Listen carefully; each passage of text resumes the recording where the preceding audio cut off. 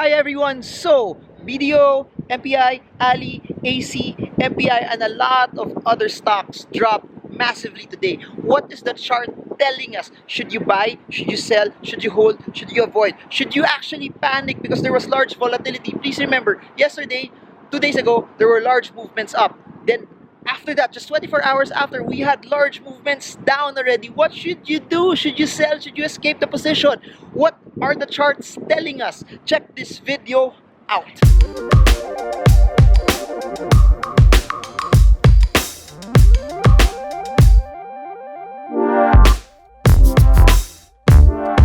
Hi everyone, this is Marvin Germo. If you're new to this channel, please subscribe. We're close to our goal of 50,000. The road to 50,000 is almost done. Let's smash that bell so you get updated every time I create new content about the stock market. And if there's something in this video that you like, please press the like button, comment, share. So I just want more and more and more and more people to be engaged, to be updated on what's happening on the markets.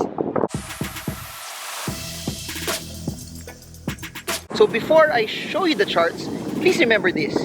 I made another video where I talked about it's normal for stocks to have volatility, it's normal for stocks to have red candles, it's normal for people to take profits. This video will focus on the technicals of it. This video will focus on what are your exit strategies, what are your sell signals. I'm gonna show you the charts in a bit, but above and beyond the charts, I want you to know that above and beyond buying, you need to know specific exit areas where you're supposed to take profits. You need to figure it out before you even make the trade. That's why I keep telling people, before you buy something, you need to know already what's your exit strategy, what's your sell point. Am I selling because it dropped below the 20-day moving average? Am I selling because it dropped below the 200-day moving average? Am I selling because there's a MACD cross down? Am I selling because the MACD went below zero? Am I selling because it broke down from the support? Am I selling because it broke the resistance? You need to define that before the trade. What I'm going to show you in the charts are certain areas where sell signals may have emerged, where trend lines have been broken, where moving averages have been broken. But here's the thing, for areas where the sell signals have been hit, either trend line is broken, MACD is crossing, moving average is crossing down, or certain areas where the sell signals have started to come out, by all means, sell. By all means, take profits if those are your sell signals, if those are your parameters. Please remember this, you have to follow the parameters that work for you, not just because it's in the chart. The only reason why I'm showing you the charts is so that you can reference it, you can build a conviction, hey, tama pala yung pag-analyze ko kasi that's how Marvin is doing it as well. But by all means, these are not fixed. These are not me telling you just to sell it just because it's me saying it. You have to define it based on your own narrative as well. Secondly, if the stock hits a red candle, if you see volatility, if you see it start to go down, but it did not hit any of your sell signals, what do? You don't have to log in. You don't even have to trade. You don't even have to take action. The only time you take action when the sell signals get hit. So I'll say this over and over. If red candles happen, if market drops massively, even if it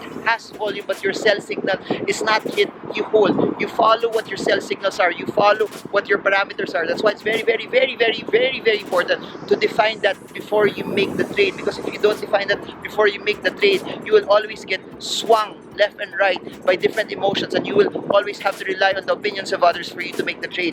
I want you to win. I want you to do things with conviction. I want you that when everyone else is scared, you're the one who's not scared. You're the one who has the right conviction, and you're the one that's actually winning and crushing it and doing the best that you can. So check out the videos. Stocks that have dropped with, now let's qualify it as stocks that have larger market caps, stocks that you guys requested, then stocks that have moved up the past few days, but because of what we saw today, they have been sold down. So if there's any point in this video that you have a question, just put it in the comment section and I'll try to make a new video off of it, because what I want in this vlog is to make this as interactive as possible, so you guys have more and more and more and more items, more data points, more information that will help you win and trade in the markets well. So I want to start with Ayala Land, because Ayala Land was massively down also today. So this is how it progresses. I'm not sure if you remembered it also when I did a video of this some time ago. I mentioned that there's a resistance around the 49.7 level. And as you notice it also, I also mentioned that this is still a downtrend line. So this is how strong downtrend lines work, no? This is how strong trend lines work also, and resistances work. It failed to break the 49.9, the 50 peso level. That how do you know? Look at this. 4 days of it trying to stay in this level, but it failed to break past it. Then it also hit this trend line. Please remember, the trend is pretty much stronger than the range. That being said, it failed to break past that. That being said also, it failing to break past that will somehow, no, let me clear this up a bit. It not breaking that will trigger selling. So two things. Number one, failure to break out of this 49.75 to 50 peso resistance level. Second, it failed to also break this trend line. It tried to, but it did not hold. Remember, the trend is always stronger. Then, if you notice it also, I have here the 20-day moving average here, which was also broken down from. Then I have also the 200-day moving average, which was also broken down from. So, couple of things. From a moving average perspective, the two moving average are already broken. Then you have a large candle. Then you have it failing to break out from the resistance. Then you have a downward trend. Please remember, if Ali is down, it pretty much also weighs on the index as well. So, a couple of things. Next possible scenario is there's a support level at the 46.75 level. Please remember though that because of the breakdown here from the 200-day moving average, it's already showing us some bearish notions. Now, possible scenario is this. I'm going to interlace the RSI. It's not yet really heavily oversold yet. So you will notice that if this does not hold, then it will just go back here, the 44.6 level. And if you looked at it, somewhere around here, this is where the support was last October. That was where the bounce again started to happen. So couple of things. If it goes down again tomorrow, there's a big possibility that it goes back to 44.7. If it bounces off, then couple of things we need to watch out for. If it breaks past the 200-day moving average, then if it breaks past this downtrend, then if it breaks past this resistance level. So three resistances that it needs to break out just for it to stay above this range again. If it doesn't, it will continue and try to attack this. And if this trend line has its way, possible narrative also is it could spill down here. So I'll keep you updated how this will progress and how this will continue, but rest assured that the way to do it is just to follow what the charts are telling us. And here's what the charts are telling us already. Here's the current projection or progression of Ali. Now let's look at its counterpart, Ayala Corporation, or not counterpart, but basically the parent and the mother company. So I placed a resistance here at around the 906 level, but it's quite evident that from the downward move that we had, it's also forming a very, very short resistance at the 878, 880 peso level. That being said, let me try to clean this up a bit so it's easier for you to analyze. If it doesn't bounce and break past this, possible narrative is it slows back and goes here.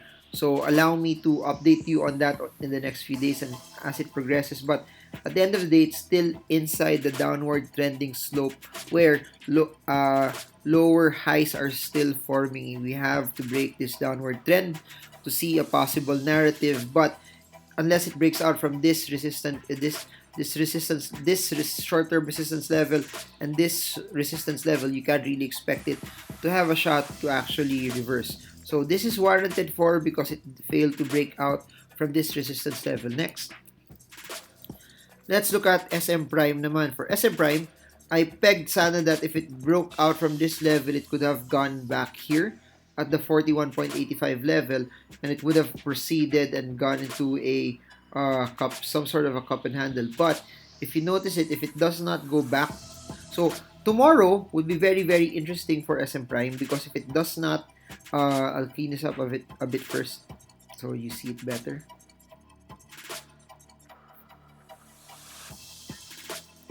So if it does not bounce from this, please remember there's a 20-day moving average here. If it does not bounce back from the 20-day moving average and at least breaks past the 39.45 level, next possible retracement is it goes back here to where the 200-day moving average is. And if I'll draw a support, there's some sort of a short-term support naman here. So possible narrative is it bounces, goes down here. If this does not hold, possible breakdown for this, it will go here, as we have a short consolidatory area here as well. So if it bounces off this, then it will probably go here. But if this area does hold, it has a shot again to hit this level, bounce back again. So we have to watch out for the 39.5 level, because the 39.5 level will tell you if SM Prime has a shot to go back to around 42, or it has a shot just to consolidate again in around 38 to 39.6, or if it breaks down further, you could expect it to go back to the 35 level. So what I see though is, since the 200-day moving average is here, this could be a support that may hold, but if it doesn't hold, similar to Ayala, the stock is now shifting from something that was once had greater conviction of it being bullish to something that may show us some bearishness as well. SM naman. For SM, same thing. I'll clear it up a bit so it's easier for you guys to see. SM, there's a large red candle, though. Although there's a large red candle, it was not strong enough. If you look at it very well, it was not strong enough to at least break the support level. We have a new support at 1048. So for SM to progress further, or to at least go down, it must go down the 1048 level. Please remember, the 1048 level is now the new support. If it holds that level and stays above this, I really believe that this area, this movement, still pretty much alive. So if it does not fall, if this level continues to hold, possible narrative hits this and it starts to bounce and it will challenge this level. But if it fails to do that, possible narrative is it will go and retrace to the 1,000 peso level for the short term. So that's how SM is. If you notice it also from the MACD, it's still above zero, denoting that it's still relatively bullish. So one thing I'd watch out for is the zero line cross here, and I'd watch out for this area also. That's where the 200-day moving average is. Next, let's look at MPI. MPI in this area, large red candle, it brought it back to the support. You have a resistance here, you have another support here, you have another support here. Now, possible scenario is this. Tomorrow it bounces because you have a 200-day moving average here. If it bounces, it could possibly still attack this.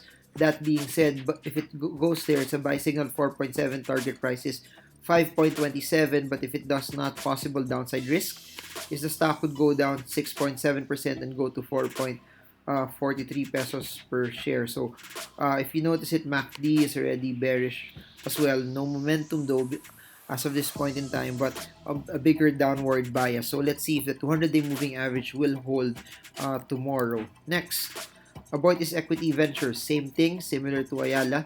200-day moving average is broken, got protected by this set of moving averages. If this moving average would not hold tomorrow, possible downside movement for AEV is there's a narrative and a possibility that it could retrace to the 50 peso level. So there. Let's look at AGI, another stock that has dropped for today.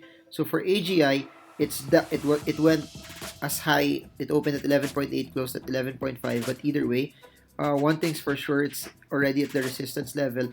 All of the moving average though is showing that it's still bearish. So chances are, if it does not hold past the 20-day moving average, it could still retrace down to the 10.4 level. So for those who bought at 10.4 and sold at the 12 peso level, well done, congratulations, you're up 17%. Now if it does not break out from this, a retracement to 10.38 is pretty much possible. So it's very, very important for you to navigate well, and it's very, very important for you also to be able to analyze your stocks properly, so you do not come in just guessing. You do not come in also just being shocked why the stock would go down. So the narrative for Asia is it failed to break the resistance. So there, I'm still here in Singapore. I'm here for 5 more days. So for those who want to join us in our sessions, for those who want to join us, the link to join us for StockSmart Singapore is still in the description. Next StockSmart session will be in Manila. It will be the last for the year, November 23, 24, December 7, 8, and also 14 technical fundamental sessions. And the last out-of-town event for the year will be Davao, November 30 for Icon 2019 Davao. So I hope you guys like the chart. I hope you guys love the chart presentation. I hope you were able to analyze it very, very well. I hope it gave you a firmer conviction of what you're doing, if you're probably doing it right or wrong as well. Comment the stock that you wanted to sell if it got hit. Comment stock smarts if you're learning, and if you want to learn more about the next set of events. I'm still here in Singapore up until Sunday, so if you want to know how I do all of this charting, the link is down below, or comment Singapore. I have 2 more sessions also in Davao and in Manila, and if you want to learn how I trade with confidence, look at the links below as well, or comment the city that you want to attend so that we can update you and give you the links on how you can join us as well. So I guess that's it for now. This is Marvin Hermo from Singapore at midnight. I hope this video helps you trade well, trade strong, trade smart. See you all again soon, guys, and God bless you all.